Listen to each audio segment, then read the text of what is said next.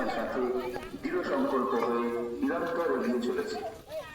জনজাতীয় গরিব মহোৎসব 2026 10ই মে থেকে 9ই জুন পর্যন্ত সারা ভারতবর্ষে সর্ব শ্রেণীর সকল প্রজন্মের সশক্তিকরণ, আত্মনির্ভরতা ও বিকশিত ভারতবর্ষের লক্ষ্যে অনুষ্ঠিত হচ্ছে। আগামী 21শে মে আগুইমনি গ্রাম পঞ্চায়েতের অন্তর্গত বারছাপা প্রাইমারি স্কুলে সকাল 7:30 হইতে এই ক্যাম্পটি অনুষ্ঠিত হইবে।